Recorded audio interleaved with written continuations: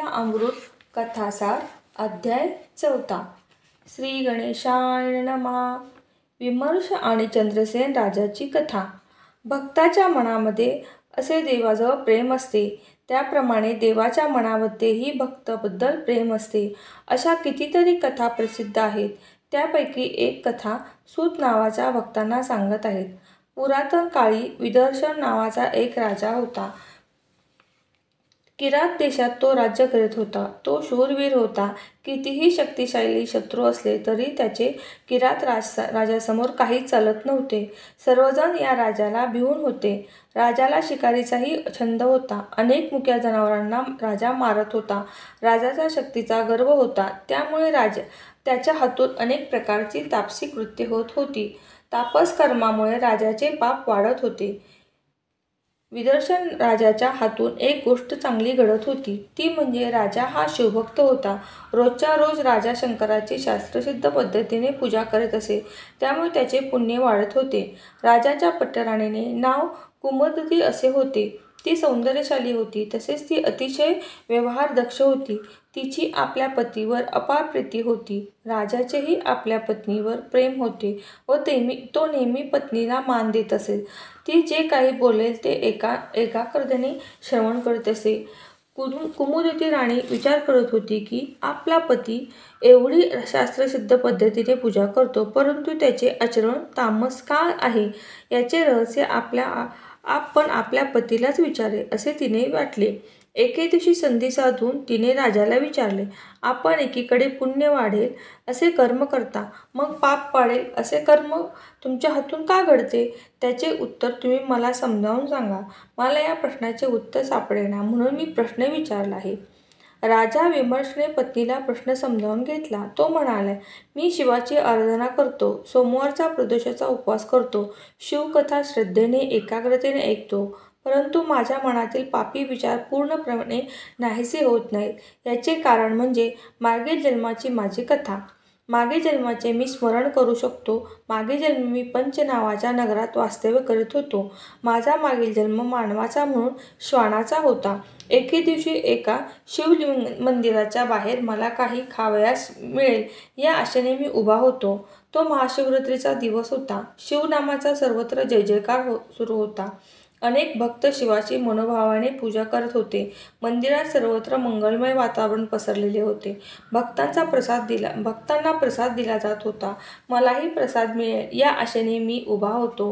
काही लोकांनी मला तेथून हाकलण्याचा प्रयत्न केला, पण मी शिवपूजा पाहण्यास रममाण झालो होतो व प्रसादाची वाट पाहत होतो. एवढ्यात एका माणसाने माझ्या मस्तकावर काठीने प्रहार केला.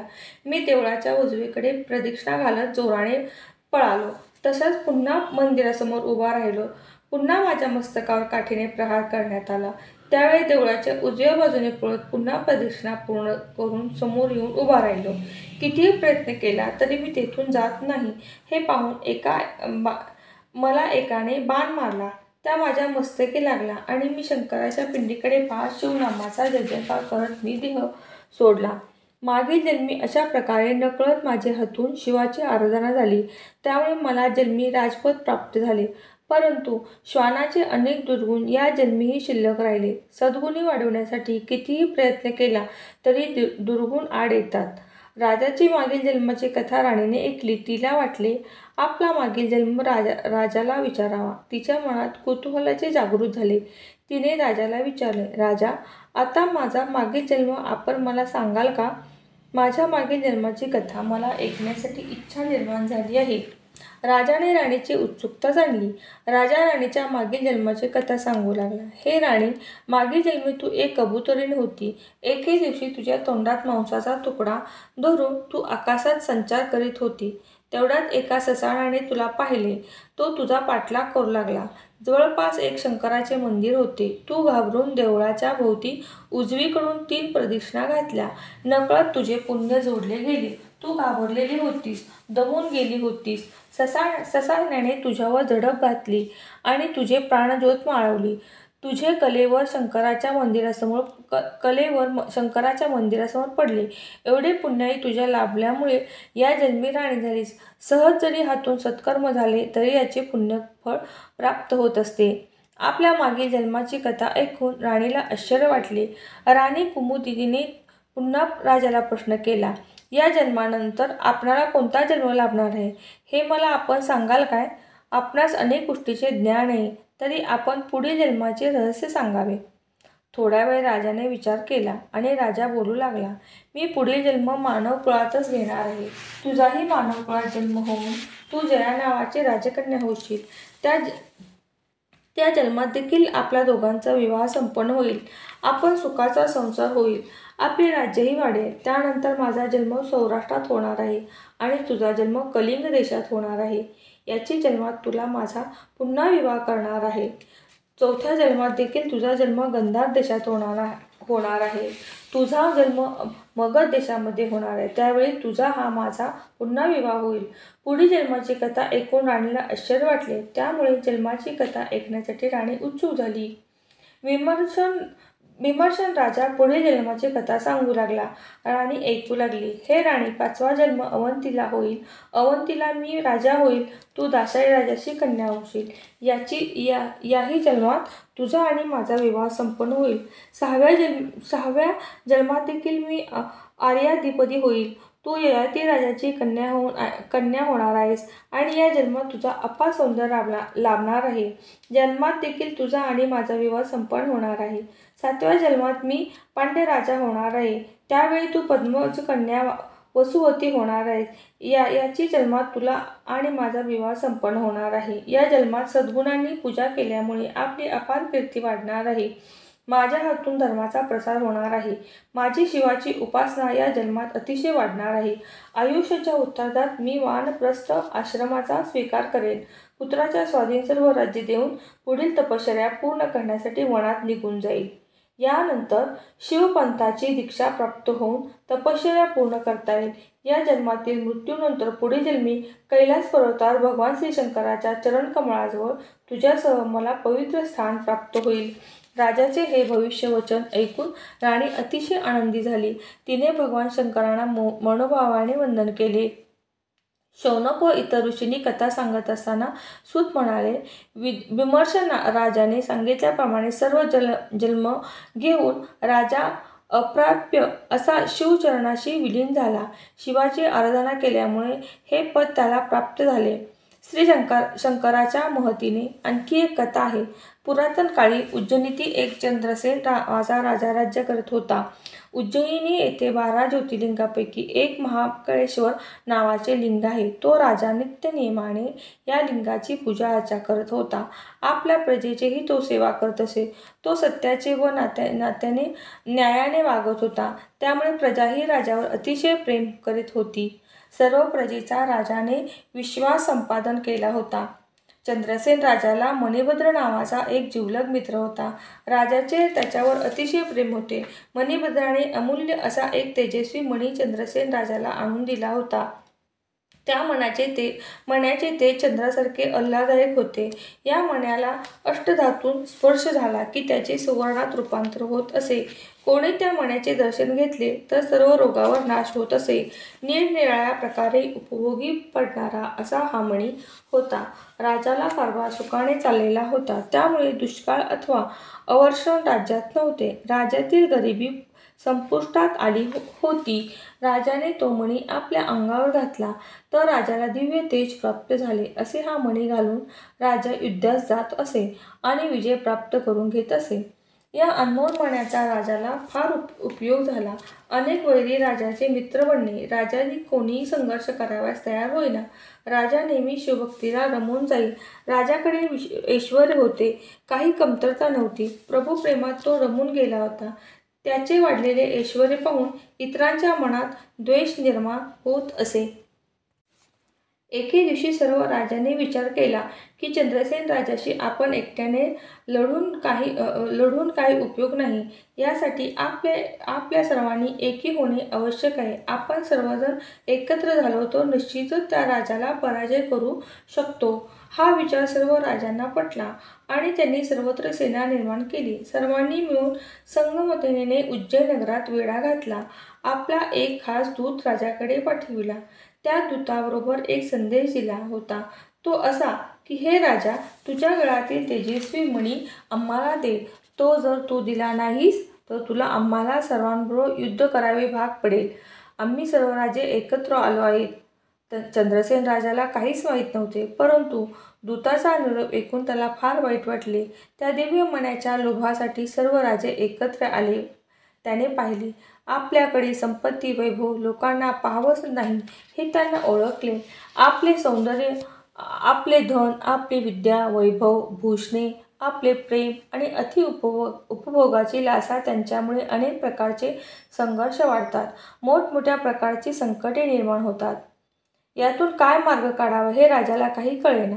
आपण जर मणी दिला नाही तर युद्ध होणार आणि दोन्हीकडचे सैन्य मारले जाणार आणि मणी दिला तर आपण क्षत्रिय असून युद्धाला भ्यालो असे होणार. राजाची द्विधा मनस्थिती झाली. त्याने विचार केला, यातून आता आपण मार्ग काढू शकत नाही. महाबळेश्वरला यांच्या इच्छेने जे घडेल ते घडू दे. त्यांच्या चरणावर आपण सर्व भार घालावा. हे जाणून राजा महाकाळेश्वराच्या मंदिरामध्ये आला. राजाचे परमश्रद्धेने शास्त्रशुद्ध पद्धतीने शंकराच्या पूजेला सुरुवात केली. इकडे पूजा चालू होती आणि चंद्रसेन राजाच्या प्रधान वेढा घातलेल्या सैन्याने मुकाबला करत होता. मोठ्या प्रमाणात युद्धाची सुरुवात झाली होती. सर्वत्र भयानक वातावरण निर्माण झाले होते. राजा परमश्रद्धेने शांत मनाने शिवशंकराची आराधना करत होता. राजाची पूजा पाहण्यासाठी गावातील अनेक लोक आले होते. गावकरी मंडळी बरोबर एक तरुण विधवा महिला पूजा करण्यासाठी आली होती. तिच्याबरोबर 5-6 वर्षाचा मुलगा होता. तो मुलगा अत्यंत एकाग्रतेने पूजा करत होता. त्याचे सर्व लक्ष पूजेकडे लागले होते. त्या मंदिरातील मंगलमय वातावरण, प्रसन्न पूजेचे सर्व उपचार करून मुलाला खूप आनंद झाला. बराच काळ राजाची पूजा सुरू होती. एकाग्रतेने तो मुलगा ती पूजा पाहत होता. थोड्या वेळाने आई आपल्या मुलाला घेऊन गेली घरी. आई आपल्या घरातील कामाकडे रमून गेली. मुलगा बाहेर अंगणात खेळत होता. त्याच्या डोक्यामध्ये राजाच्या पूजेचे विचारात भरला होता. त्याने शंकराच्या पिंडीसारखा एक दगड आणला आणि तो एके ठिकाणी स्थापन करून त्यांच्यासमोर बसून तो त्या पिंडीची पूजा करू लागला. त्याच्याजवळ पूजेचे साहित्य नव्हते. त्याला पूजेसाठी मंत्र माहीत नव्हते, परंतु शुद्ध भावाने तो पूजा करीत होता. जवळपासची फुले त्याने गोळा केली होती. त्याचे डोळे बंद करून घेतले आणि अत्यंत एकाग्रतेने शुद्ध अंतःकरणाने देवाचे नामस्मरण चालू केले. इकडे घरामध्ये आईने स्वयंपाक पूर्ण करून ठेवला होता. भोजनासाठी बाळाला हाक मारली, पण बाळाचा काही आवाज ऐकू येईना. आई बाळाला शोधू लागली. बाळाला भोजन तयार झालेले सांगितले, परंतु बाळ मात्र डोळे बंद करून शिवाची आराधना करताना मग्न होऊन गेला होता. आईने बाळाला पुन्हा भोजन झाल्याचे सांगितले, परंतु आणि घरी येण्याचा आग्रह केला. बाळ भोजनासाठी आले नाही. आईचा संताप झाला. आईने त्याची पूजा उधळून लावली. त्यावेळी त्या मुलाने डोळे उघडून पाहिले आणि उधळलेली पूजा पाहून त्याला अतिशय दुःख झाले आणि त्या दुःखाचे तो बेशुद्ध पडला. आईला वाटले की हे सर्व बाळाला ढोंगच करतोय, म्हणून त्याच्याकडे लक्ष न देता आई घरामध्ये निघून गेली. आई वेळाने काही बाळ शुद्धीवर आला. अतिशय शुद्ध अंतःकरणाने त्याने नामस्मरण सुरू ठेवले आणि त्या शुद्ध बुद्धीने तेथे शंकर प्रकट झाले. त्याच्या कृपेने तेथे शिवाचे मंदिर तयार झाले. हिरे, माणके, सुवर्णाचे ते सुंदर सजले होते. या मंदिरात स्फटिकांचे शुभ्रलिंग शोभत होते. मंदिरात सर्वत्र या पिंडाचे तेज पसरले होते. हा चमत्कार पाहून बाळाला आश्चर्य वाटले. पूजेसाठी अनेक ताटे होती. त्यामध्ये पूजेचे सर्व साहित्य होते. राजाने केलेली पूजा बाळाच्या पूर्ण लक्षात होती. बाळाने त्या पद्धतीने पूजेला सुरुवात केली. त्याने बेल फुले शंकराच्या पिंडीवर अर्पण केली. ओम नमः शिवायचा जप केला. आनंद विभोर होऊन तो नृत्य करू लागला. शंकराने प्रसन्न होऊन बाळाला हवा तो वर मागण्यास सांगितला. त्यावेळी त्या मुलाने सांगितले, हे देवा, माझ्या आईने तुझी पूजा उधळून टाकली तरी तू तिला क्षमा कर. मी तुझी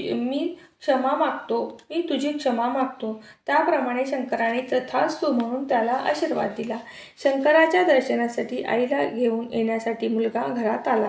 पाहतो तर काय आश्चर्य, त्याचे घर राजवाड्यासारखे सुंदर बनले होते. आईच्या अंगावर सुंदर वस्त्रे आणि अलंकार दिसत होते.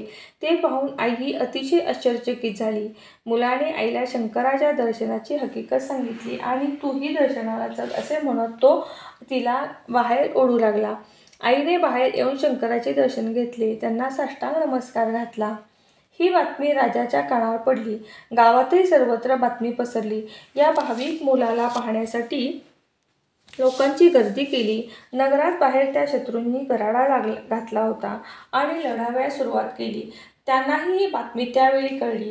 तेव्हा त्यांनी लढाई थांबवली आणि राजाला निरोप पाठविला. हे राजा, आम्ही तुझ्याशी युद्ध बंद केले आहे. आमच्या मनातील सारे वैर संपून गेले आहे. मित्र म्हणून आम्ही आता नगरात येणार आहोत, तरी तशी आम्हाला परवानगी द्यावी असा निरोप पाठविला. चंद्रसेन राजाने तो निरोप घेतला. त्याला अतिशय आनंद झाला. महाकाळेश्वर यांच्या कृपेने आपल्यावर आलेले संकट दूर झाले याची राजाला जाणीव झाली. त्याने आपल्या प्रधानाला बरोबर घेतले व तो नगराच्या बाहेर वेशीजवळ आला. त्याने सर्व राजाचे यथायोग्य स्वागत केले. मंगळवाद्यासह त्याने सर्व राजांना आपल्या नगरीत आणले. उज्जैन नगरीमध्ये वैभव पाहून सर्व राजांनाही अतिशय आनंद झाला. बालकाच्या भक्तीने निर्माण झालेले शिवाचे नवीन मंदिरही त्यांनी पाहिले. सर्व राजांनी शिवदर्शन घेतले आणि भक्त बालकालाही मनोभावाने वंदन केले. अशा प्रकारे मनोभावे केलेली पूजा ईश्वरापर्यंत जाऊन पोहोचते. त्यामुळे जीवन परिवर्तित होते. ईश्वराच्या कृपेने सन्मार्गाचा रस्ता दिसू लागतो. अनेक चांगल्या माणसांची संगती लाभते. जीवन अंतर्बाह्य आनंदी बनते. जीवनाकडे पाहण्याचा दृष्टिकोन विशाल बनतो. अनेक क्षणाचा सदुपयोग करता येतो. आपल्याला मिळालेला आनंद प्रसाद सर्वांना वाटता येतो. हा शिवभक्तीचा महिमा आहे. एवढ्याच आणखीन एक आश्चर्य घडले. मंदिरात आता खूपच गर्दी जमली होती. तिथे एक मोठा आवाज होऊन हनुमान प्रकट झाले. त्यांनी त्या मुलाला जवळ घेतले, त्याला आशीर्वाद दिला आणि त्याला शिवपंचाक्षरांचा मंत्र दिला. त्या मुलाचे नाव श्रीकर असे ठेवले. सर्व लोक नतमस्तक होऊन हात जोडून हे दिव्य दृश्य पाहत होते. हनुमान श्रीकरला सांगू लागला, त्यानंतर तुझ्या 8व्या पिढीमध्ये नंद राजाचा जन्म होईल. त्यांचा पुत्र म्हणून श्री विष्णू श्रीकृष्णाच्या रूपाने तुझ्या पोटी अवतार घेतील. हे कंस, कौरव इत्यादी दुष्टांचा संहार करील. अधर्माचे निखंदन करून धर्माचे उत्सापन घडवतील. एवढे बोलून हनुमान जसे प्रकटले तसे गुप्त झाले. चंद्रसेन राजाने श्रीकर आणि आलेल्या सर्व राजांचा यथायोग्य सत्कार केला. राजे सर्व प्रकारचे वैर विसरून अतिशय आनंदाने आपल्या नगरीत परत निघून गेले. गावातील लोक आता शंकराची पूजा करू लागले. सोमवार वगैरे व्रत करू लागले.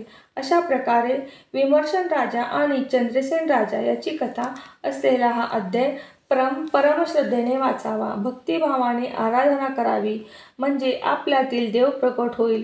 केलेले कोणतेही सत्कर्म वाया जाणार नाही. यासाठी शिवावर पूर्ण विश्वास ठेवून आपले आचरण शुद्ध ठेवून आयुष्यभर सन्मार्गाने वाटचाल करावी. अध्याय 4 समाप्त.